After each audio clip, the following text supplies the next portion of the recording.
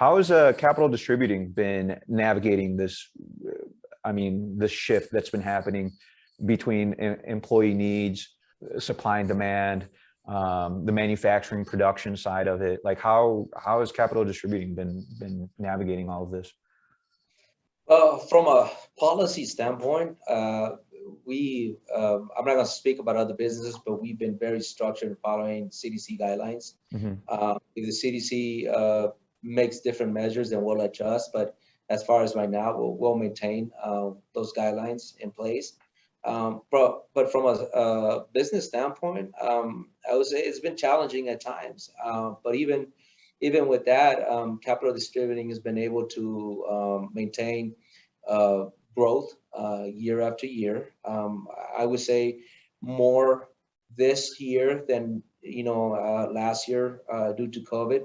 I think now that people figured out that they can travel and you could go on vacations, our business has actually raised quite a bit. The demand for our products is out there. Most people that could not fly drove.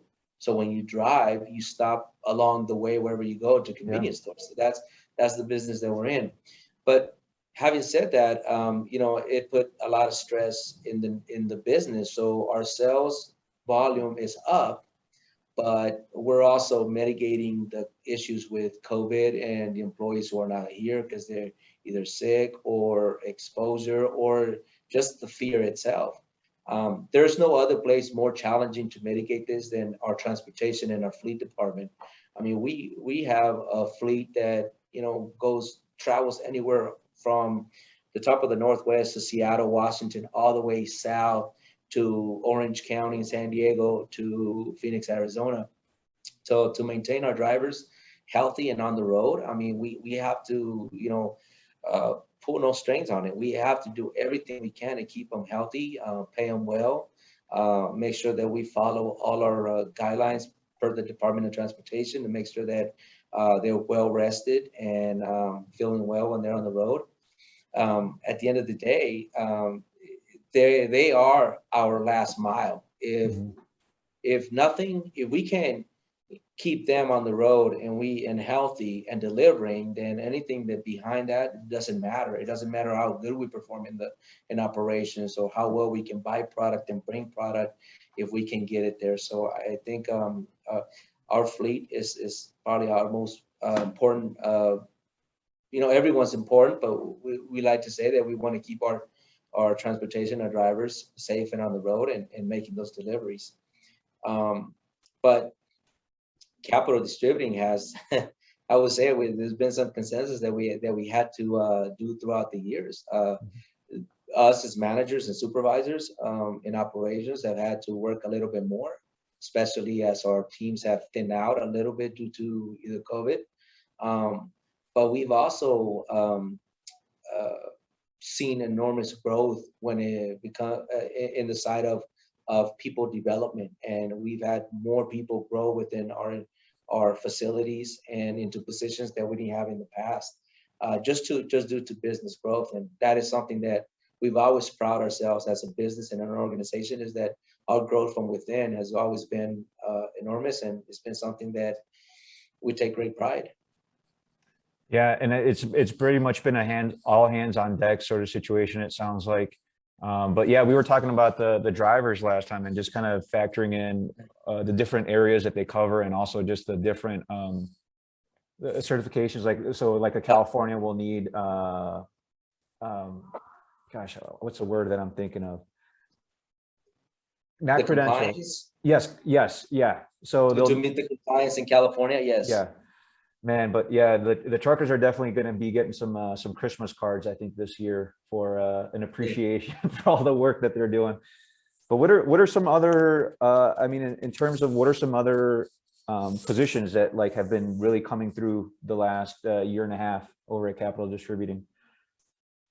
Yeah, I mean, we've grown in our warehouse. I think pre-COVID we were right about 89 to 90 employees. Now we're closer to 200 employees. Oh, wow. In our facility. Our production hours and days have also expanded.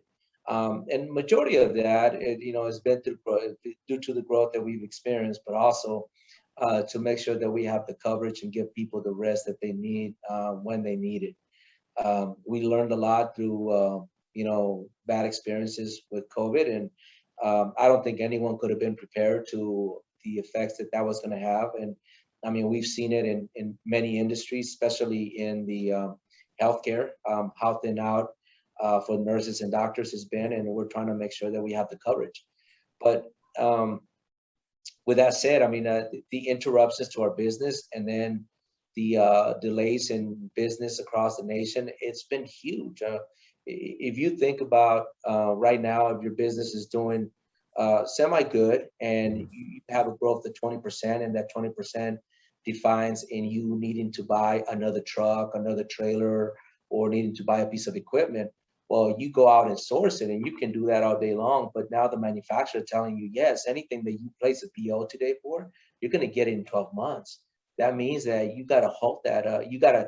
You have to spend the money now, but you can make money off that money, I guess, on that investment. You have to wait 12 months, and that's the reality. I mean, we are a functioning facility with preventative maintenance. We have a maintenance department that always needs parts or needs other things, and we're constantly battling that.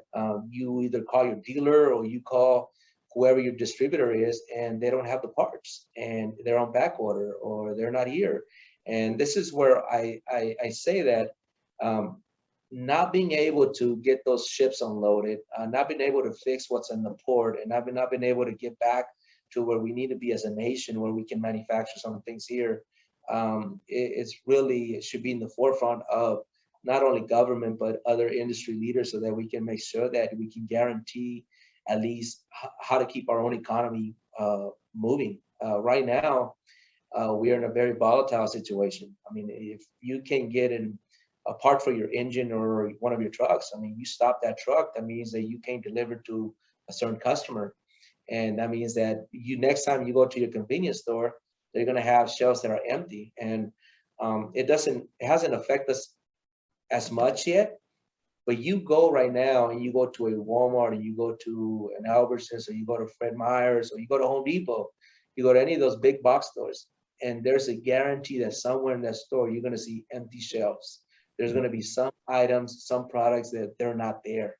And that is the biggest interruption to supply chain.